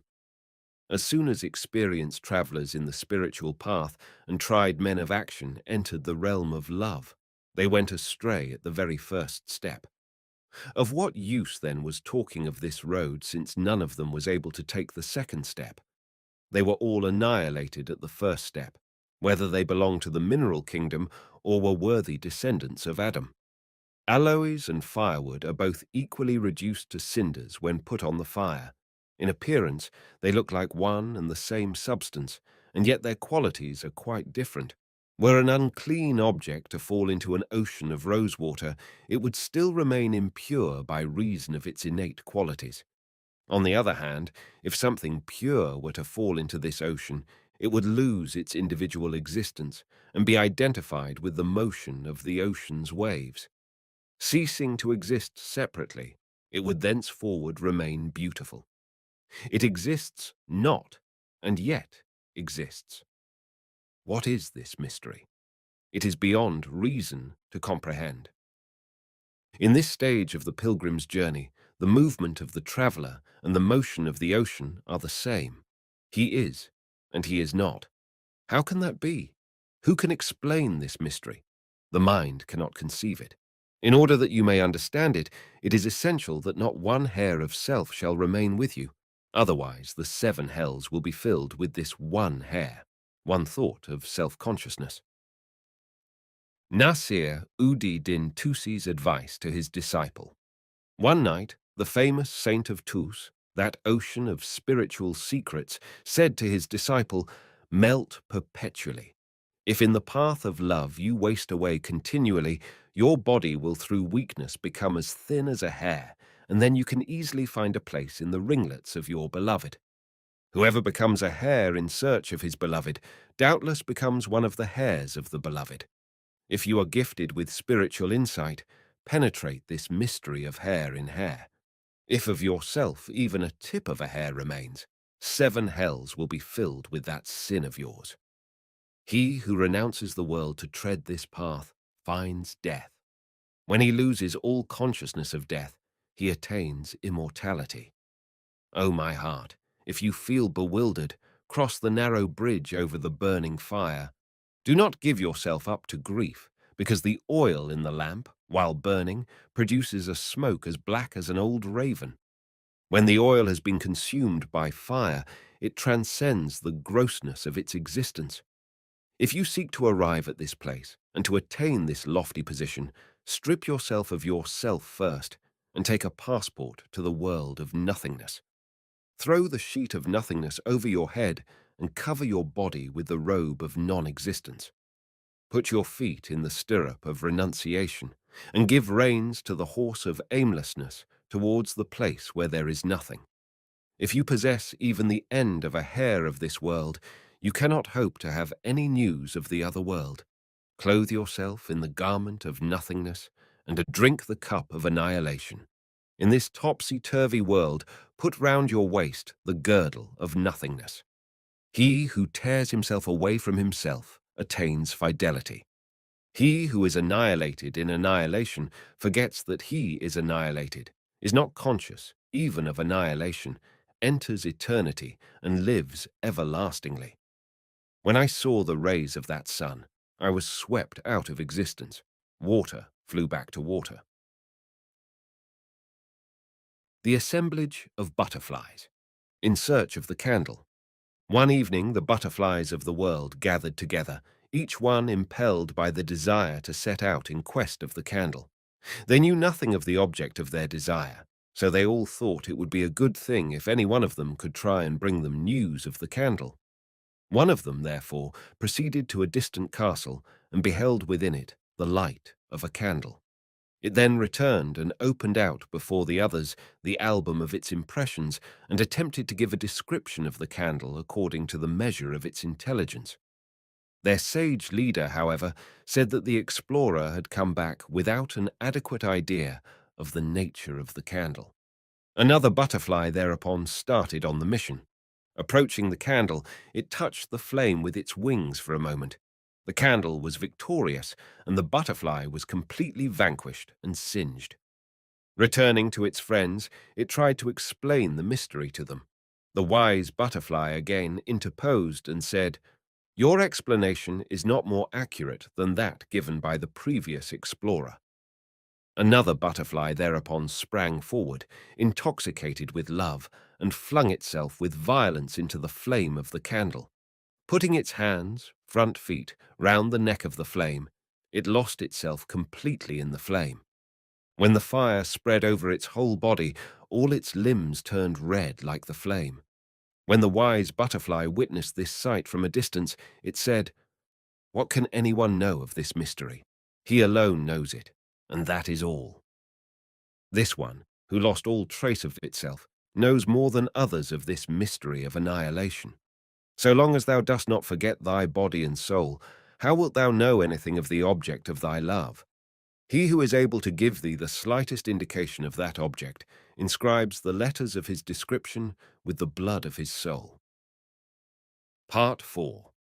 Reception at the Royal Court. When the birds heard this account of the difficulties in their way, they realized that the burden of their mission was too heavy for their tiny shoulders, a mere handful of bones as they were. Their souls became restless, and many gave up their lives in the very first stage. The rest advanced with patience and courage and continued their march for years. Several died on the way, others were drowned in the sea, Others again sacrificed their souls on the summit of the mountains. Several were roasted by the heat of the sun. Several fell victims to the jackals and tigers in the wilderness. A good many died of thirst in the forest. Others went mad with hunger and committed suicide.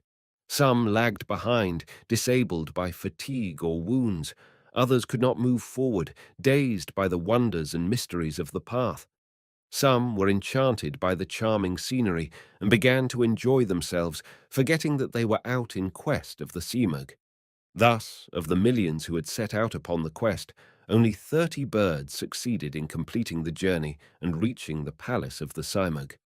Weary and worn, they were without feathers, without hair, full of pain and agony. Heartbroken, soul-stricken, they reached the seat of the sovereign. They beheld his majesty without form or quality, and beyond the reach of human intellect or understanding.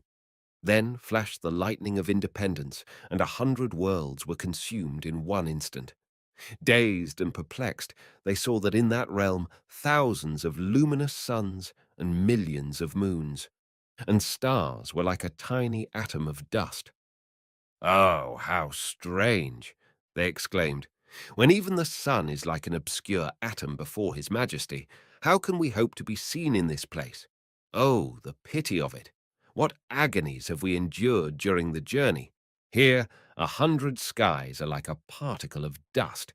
It makes no difference whether we are here or not."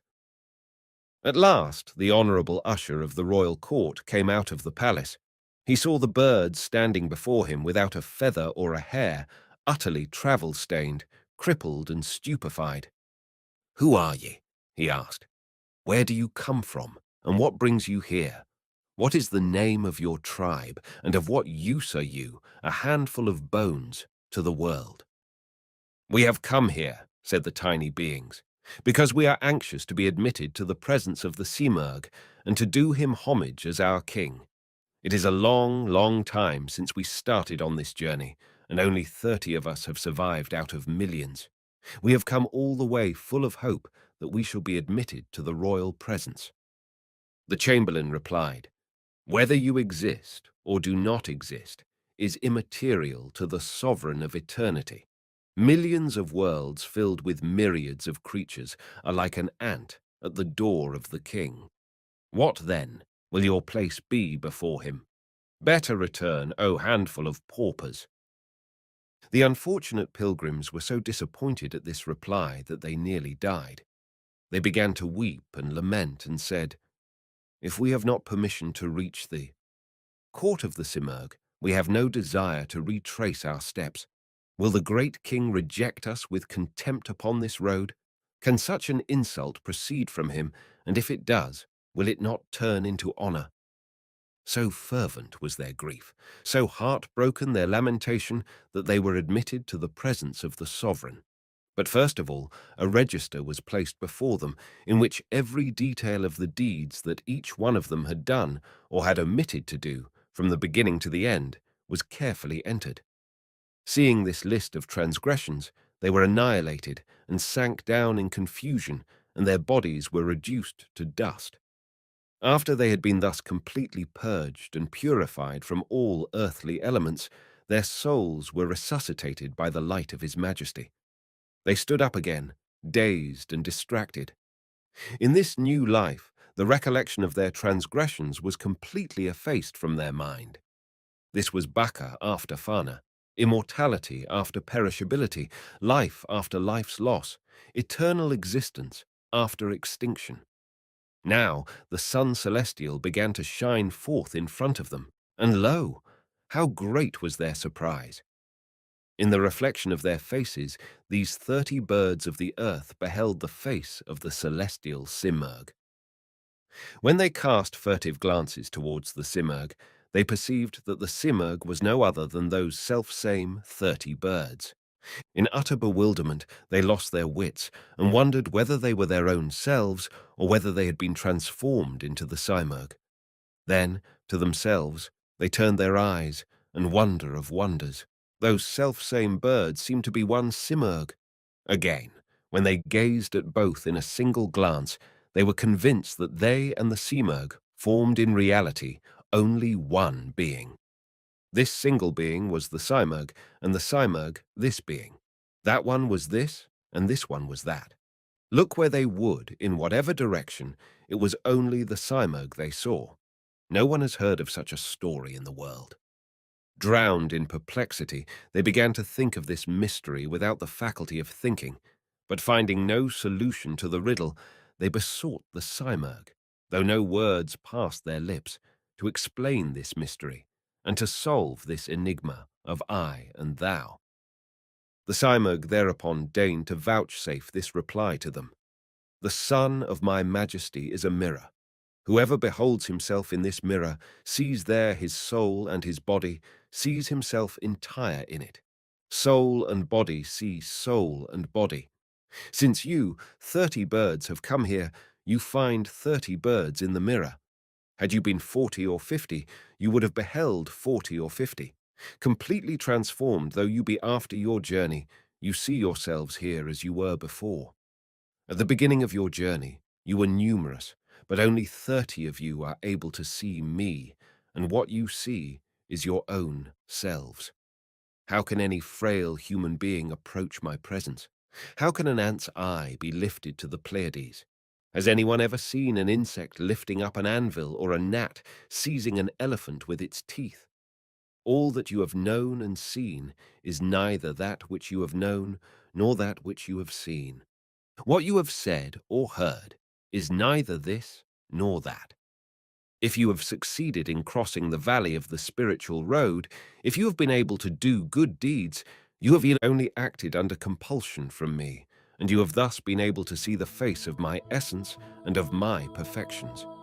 It is well that you have been able to do this, ye 30 birds.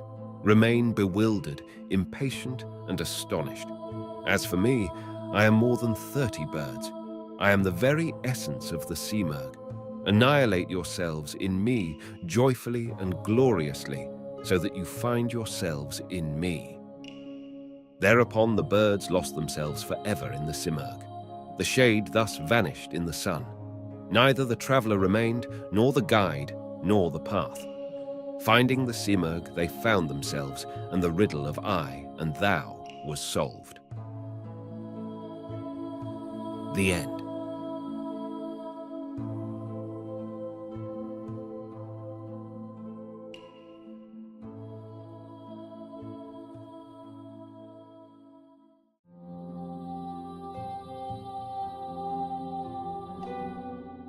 The Mystic Lovers of Persia, L. Adams Beck.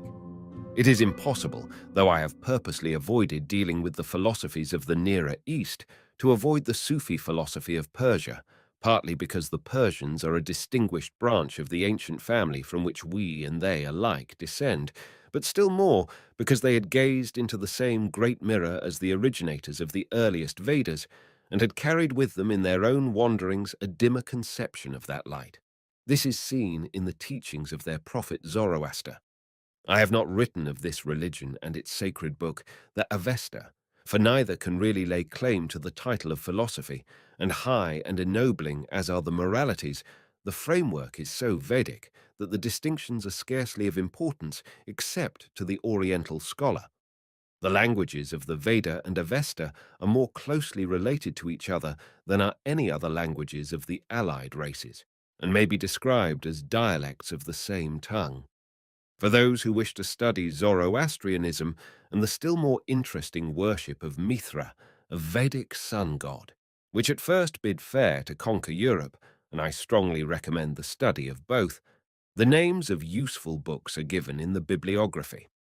Nor do I enter into Mohammedan thought save in its development among the Sufis. But if a book on earth deserves study by those who are interested in religion and social organization, it is the Koran, that great protestation of the unity of God. As a philosophy, it scarcely counts. It burns on, a fiery comet, to one end only. But since it is a faith of which much more will be heard in the future, especially as Africa develops her savage or semi-savage races, it should be known and respected. In the name of the merciful and compassionate God, say, He is God alone, God the eternal. He begets not and is not begotten, nor is there anyone like to him. It throbs like the roll of war drums. But in Persia, springing from the root of Islam like a rose set with thorns, came an astonishing development, that of a passionate mysticism evolving into a philosophy that was to influence the life and art of Persia, and, through Persian culture at the court of the Mughal emperors, the Indian conception of art and its relation to life in a very high degree, the Sufism of Persia. Islam, invading Persia, had narrowed the Persians. It is a creed fenced with steel. They could not wholly assent to the most daring flights of the Vedanta, but in the close association of the two countries, it was perceived that here was a conception which would modify the stern Semitic belief in a governing Oriental sovereign, an Allah extreme to mark what is done amiss, slow to pardon, ruthless in justice. They had learned from India that the gods may be transcended. Indeed, Mohammedanism had led them thus far on the path. But Islam had not formed its own spirit, its central point of junction, where the divine and man meet and blend in a love transcending the attitude of ruler and subject, or father and son, and presenting a union only to be symbolized in that of the lover and beloved. This is a most interesting chapter in the history of thought and that of Mohammedanism. Sufism became a philosophy of life which reacted profoundly on the literature and art of Persia, producing such diverse fruits as the Rubaiyat of Omar Khayyam and the impassioned lyrics of Jalaluddin and of Akbar's great poet Faisi. In no study of Asiatic thought can it be neglected, if it were but for its influence upon India. The word Sufi is differently derived. Some trace it to suf, wool, a cloth used by early Islamic penitents, some to Sufi, wise, pious, some to Safi, pure. Possibly the likeness of the word to all three decided its choice. It connotes a high mysticism. The doctrine of the Sufis is that the human psyche differs infinitely in degree, but not at all in kind from the divine. It is an atom in that infinite whole in which it will eventually be absorbed. They hold that God is immanent in spirit and in substance in the universe, and that the only real love in the universe is that which relates us with that perfection, all other love being a dream to vanish at dawn. Eternity has neither beginning nor end. Its aim is bliss. Nothing exists in reality but mind or spirit. Material substances, as the world calls them, are illusion, the false mirror of the passing show. Therefore, nothing is worth a moment's consideration but the love which unites us to the bridegroom of the soul. And even in this illusory and miserable separation from the beloved flashes of heavenly beauty and memories of divine love entrance us and remind us of forgotten truths. To quote an English poet, of these visitings and instincts it may be said, "Hearken, O hearken, let your souls behind you. Turn gently moved, our voices feel along the dark to find you, O lost beloved. The yearning to a loveliness denied you shall strain your powers. Ideal sweetnesses shall overglide you, resumed from ours. In all your music, our pathetic minor. Your ears shall cross, and all good gifts shall remind you of diviner. With sense of loss, Christianity and the new Platonism of Alexandria, which influenced the Gospel of St. John, contributed their streams to the river of this passionate devotion, and it reacted upon the Moslems of India also in an ecstasy that produced there a form of Sufism, resulting not only in a passionately beautiful form of verse, but also in art of which exquisite examples may be seen among the Mughal paintings. Strangely, and yet why strangely, the first famous Sufi was a woman, Rabia, who died a century and a half after the beginning of the Moslem era. Story after story is told of her ecstatic passion for the adored, spiritual indeed, yet carrying the body onward with it, like a flower borne on the bosom of a mighty torrent. She declared that she reached God by losing in him all else that she had found, crying aloud that she yearned to see God, to draw nearer, nearer by any means. She was answered by the voice in her heart. O Rabia, have you not heard that when Moses desired to see God, only a mote of the divine majesty fell on a mountain and scattered it in fragments? Be content, therefore, with my name. Asked by what means she had attained this intimate knowledge, she answered, Others know by certain ways and means, but I without ways, without means. A moth indeed, consumed in the flame of the divine. When in sickness, two famous theologians came to her bedside. The first said gravely, He is not sincere in prayer, who does not patiently endure castigation. And the second, How can he be sincere in prayer, who does not rejoice in suffering? But Rabia broke forth, radiant. How can he be sincere, who, seeing the Lord, does not forget all chastisement? This spirit was to blossom and fruit in the music of Saadi, Rumi, and Jalal-ud-Din. Poetry was to dye her wings in celestial fires, was to soar so near the sun as to terrify those who still walked on earth, and preached the doctrine that an enthroned deity must be approached only with awful fear and reverence. And there was another fear also, sometimes justified, that this passionate flood of erotic symbolism and allegory might carry the body to earthly joys rather than the soul to those inhabiting the paradise not built with hands, eternal in the heavens. But nothing could stay the ardor of the Sufis. Their love was a torrent. Glory be to him who has removed from our eyes the veil of externals of form and confusion.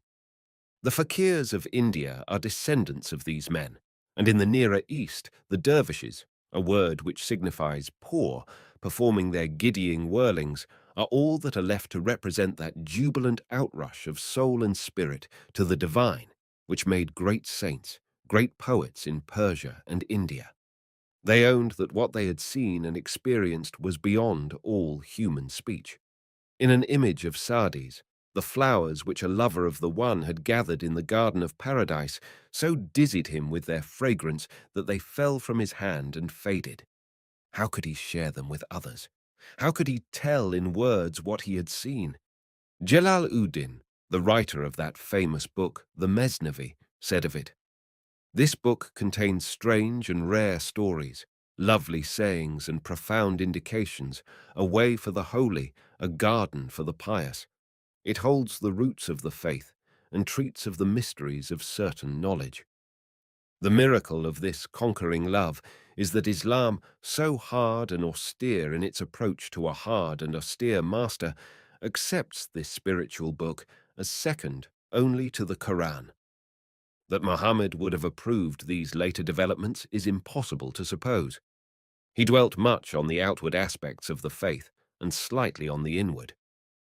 Think on the mercies of Allah, not on his essence, was his teaching. The Sufis, however, evolved what may be called a code of their own. This can be used in interpreting many of the Persian poets and restoring the inner meaning of much verse. It sets in their true light as mystics, some poets whose fame has reached the West. They were men drunken with the wine which whoso drinks desires more, even to infinity. They were God-intoxicated, and not with wine. In this code, sleep means deep meditation, perfume the indication of the divine presence.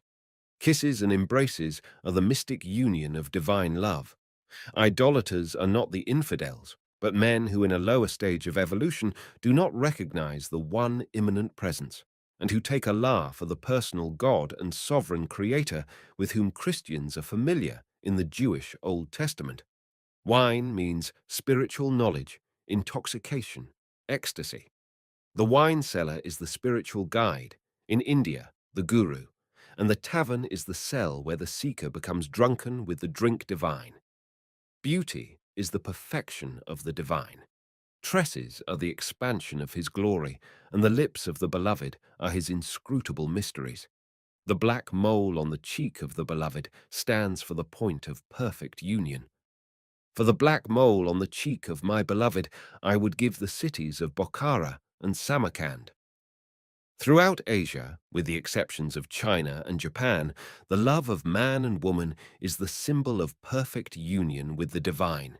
the mystic state, where each is both, but only a symbol, for in human love there is always something which cannot be attained, some last unconquered peak of perfect amalgamation, whereas in the philosophy of the Aryan Asiatic races, and indeed in that of the Western mystics, the union is so transcendent, so absolute, that man, having recognized his oneness with the divine, tastes perfection.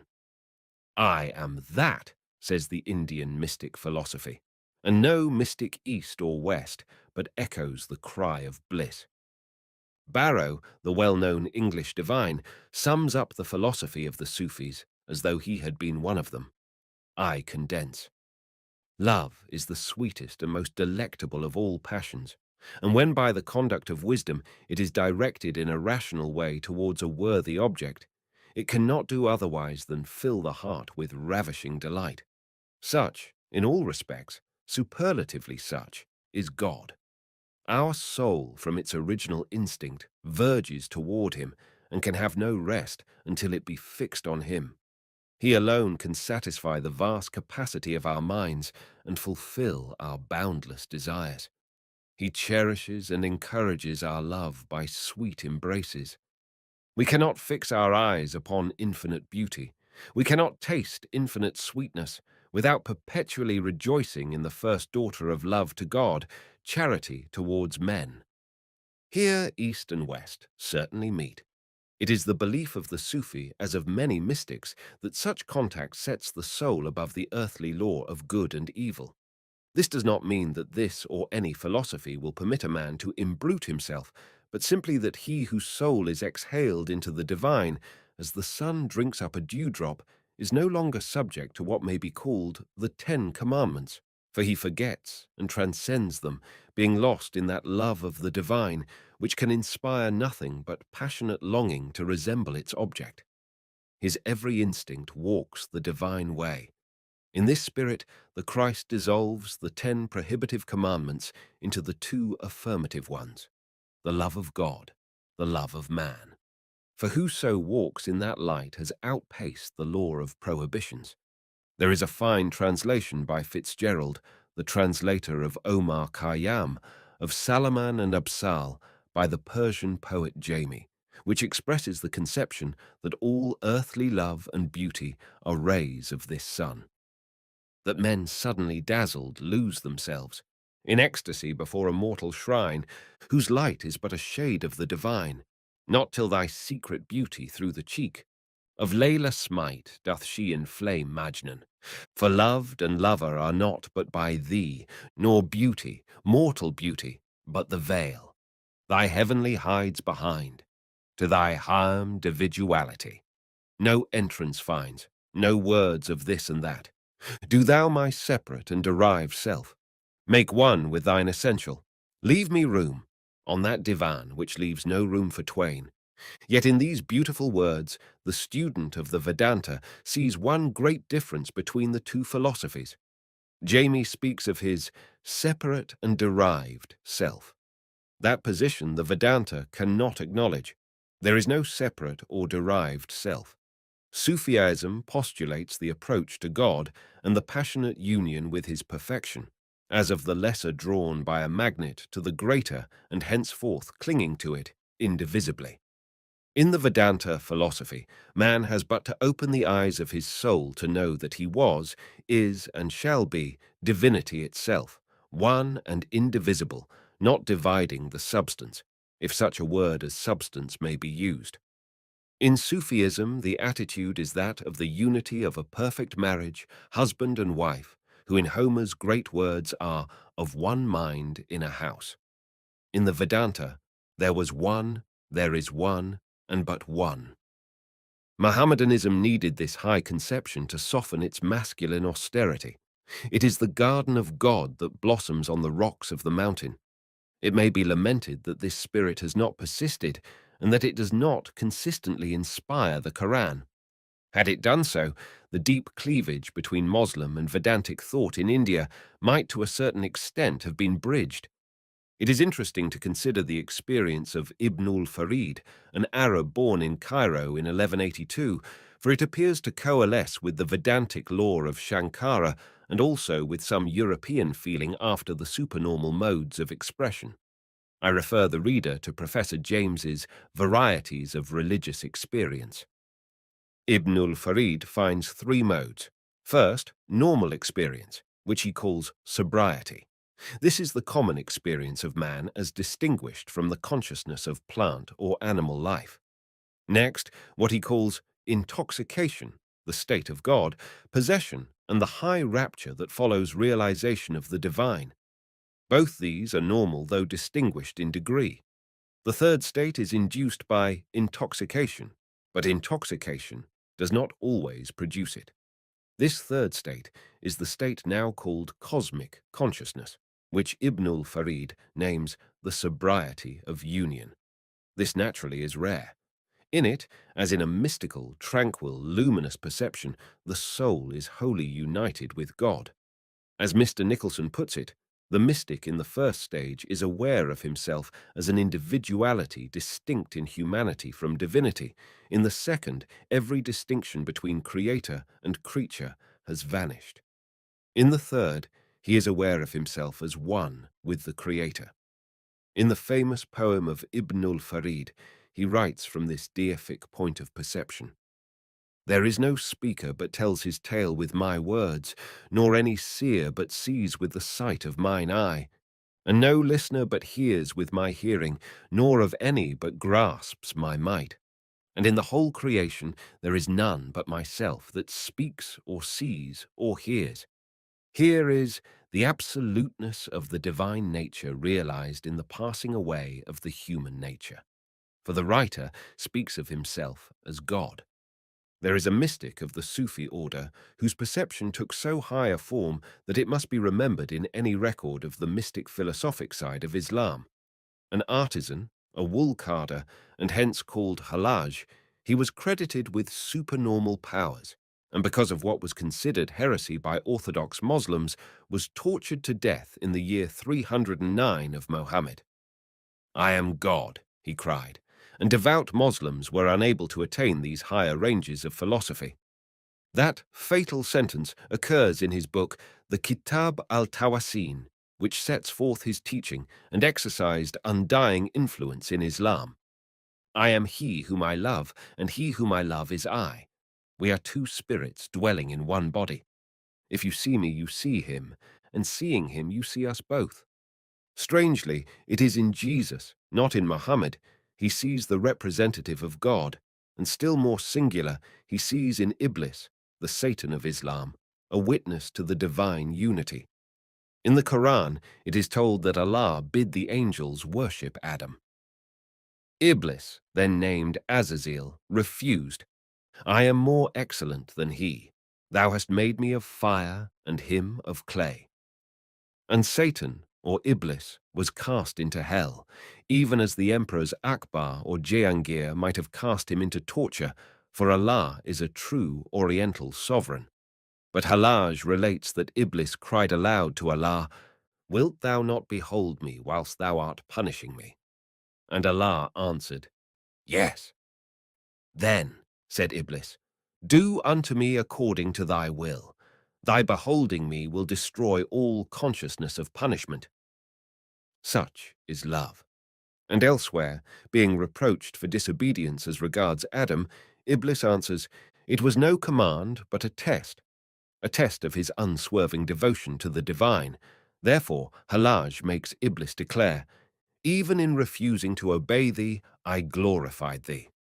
And he continues, My friends and teachers are Iblis and Pharaoh.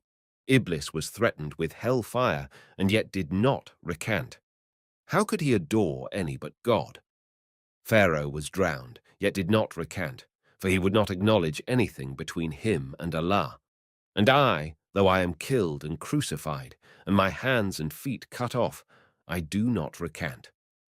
Yet, it is interesting to observe how imperfect appreciation of the heights which may be scaled as in the Vedanta flung even a translucent soul, such as that of Hallaj, into the old dilemma of free will. He writes, God cast man into the sea with his arms tied behind his back, and said to him, take care, lest thou be wetted by the water. This will remind all of Omar Khayyam's sad statement of the same cruel difficulty. O thou, who man of baser earth didst make, and even with paradise devise the snake, for all the sin wherewith the face of man is blackened, man's forgiveness give and take. It was natural that Orthodox Islam could bear no such heresy. The man must die. Love, however, led Hallaj through the maze. I cannot understand. I love might have been his watchword. Thus, it is told, when Hussein ibn Mansur al-Hallaj was brought to be crucified and saw the cross and the nails, he laughed so greatly that tears stood in his eyes. He knelt on the prayer carpet of a friend and recited the Fatiha, the profession of faith, and a verse of the Quran, and then prayed a prayer so remarkable that though his friend remembered it only in part, it should be remembered universally. I beseech thee to make me thankful for the grace bestowed in concealing from the eyes of others what thou hast revealed to me of the splendors of thy radiant countenance, which is formless, and in making it lawful for me to behold the mysteries of thine inmost conscience, which thou hast made unlawful to other men. And these thy servants, who are gathered to slay me in zeal for thy religion, pardon and have mercy upon them. For in truth, if thou hadst revealed to them what thou hast revealed to me, they could not have done what they have done. And if thou hadst hidden from me what has been hidden from them, I should not have suffered this tribulation. Glory to thee in whatever thou dost and willest. They did him to death with tortures impossible to relate, and so befell what he had spoken of to a friend. And how will it be with thee, O Ibrahim, when thou seest me crucified and killed and burnt, and that day the happiest of all the days of my life? The friend was speechless. Kill me, he said, that you may be rewarded, and I have rest, for so you will be fighters for the faith, and I a martyr. It is easy to see how the way was prepared for this high thought by the Mithra worship of Persia, and therefore how in one sense it derived directly from the Indian Veda, of which Mithra was a recognized deity. Even the close and almost passionate devotion which existed between teacher and pupil in India persists in Persia and in Sufism. That worship of Mithra, the sun god, the soldier, the beautiful, might at one time easily have become the worship of Europe. Europe indeed trembled in the balance between Christ and Mithra, but the former was to conquer and the latter to divide into many fertilizing streams of thought. One of these tinctured Sufism, which in its turn gave to Mohammedanism a spirit and inspiration that it had lacked in the harsh realities and fatalism of the often noble teachings of Muhammad. I give a specimen of the passion that broke on India from Persian Sufis, kindling a new fire in literature and music and affecting the devotion to the native gods in no small degree. This, though an Indian song and with purely Indian music, is a flower from the root of the Persian ecstasy. I am mad for my beloved. They say, what say they? Let them say what they will. It concerns me not. Whether they are pleased or angry, may one only be gracious to me. Let them say what they will. The sheik walks round his holy place. I offer myself at thine altar, call it shrine or hovel. They say, what say they? Let them say what they will. I have gazed on the glory of the cheek of my beloved. I am burnt as a moth in the flame. I am as one drunken. They say, what say they? Let them say what they will. Most of all is this seen in the heavenly songs of Kabir, he who wandered through India equally beloved by Hindu and Mohammedan, songs of union, of devotion and adoration so passionate, so tender, that even the colder Western nature is swept by them to the height, where pure radiance dazzles the eyes and the unstruck music is sweeter than all sound. When Kabir died, Hindus and Mohammedans contested the possession of his body, each longing to do honor to the shell that had once contained the bird of God. And at last one lifted the pall, and there lay beneath it only a heap of roses. They divided these, and the Hindus burned theirs into pure ashes, and the followers of Islam buried theirs, that the perfume and colour might pass into the earth to kindle the fire of other such roses, and both were content. In the present day, Rabindranath Tagore carries on the tradition of Kabir and the Sufis, united to the deeper depths and higher heights of the Vedanta. "The way of truth is one," said Clement of Alexandria, "but into it, as into a never-failing river, flow the streams from all sides." And the Mithraic doctrines of the incarnate word, sacrifice, and above all communion, had prepared the Persian mind for the inspiration of the Sufis as a way to the highest consciousness, wherein the pearl of the soul is dissolved in the wine of God. Thus, Sufism is another burning light of the great Aryan consciousness in the Orient, and a flame indeed was the philosophy of the Orient. There can be no doubt that the discipline which directed the Eastern will in the direction of the spiritual and idealistic in philosophy and religion gave it a power almost unknown among the Western Aryans, and enabled it to breathe in a rarefied atmosphere which they could not endure. Such enthusiasms and inspirations cannot be felt where the religion or philosophy is a foreign one grafted on an alien consciousness and not springing from the root itself. Christianity was an imported faith, and its languor even as a militant impulse may be seen by comparing the Crusades with the fire and fury of an Islamic holy war. Taking another direction, as this force did in India, it permeated and moulded a whole nation, many of them men of lower races, in whom therefore the lower racial characteristics still persist, into a faith and philosophy that but for some of the early native animistic beliefs coloured all India. The rush of that wave was tremendous, and though its fighting strength was the force of the spirit rather than of the sword, there is nothing like it in the history of Europe, where philosophy and faith have rather been decorations than life itself, as in the East.